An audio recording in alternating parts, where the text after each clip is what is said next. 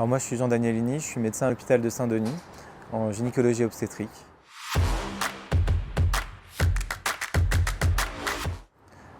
Alors on va faire la première édition de Juin Vert qui est une journée consacrée au dépistage du cancer du col de l'utérus. L'objectif c'est vraiment de sensibiliser le grand public à cette maladie qui est une maladie fréquente et grave et pour laquelle il y a un moyen de prévention. Donc toute une journée, le 23 juin, à l'hôpital de Saint-Denis, vous aurez des présentations et la possibilité de faire des frottis pour le dépistage du cancer du col.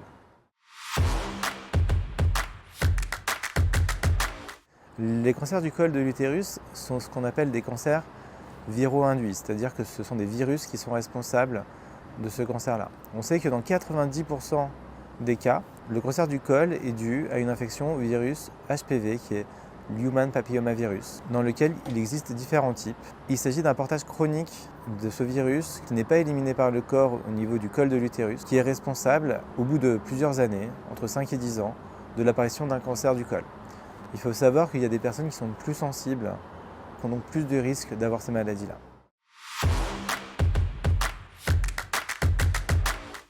En France, le dépistage il est préconisé par un examen clinique quasiment à l'âge de 20 ans, puis on commence les examens à partir de 25 ans. On propose un premier frottis à l'âge de 25 ans, un deuxième à l'âge de 26 ans, puis après à 29 ans. À 32 ans, on proposera le premier test HPV, puis, s'ils sont négatifs, tous les 5 ans jusqu'à l'âge de 65 ans. Bien sûr, la fréquence peut changer s'il y a des anomalies, et si vous avez raté un frottis ou un test HPV, on vous le refera, on ne vous dira pas qu'il faut attendre.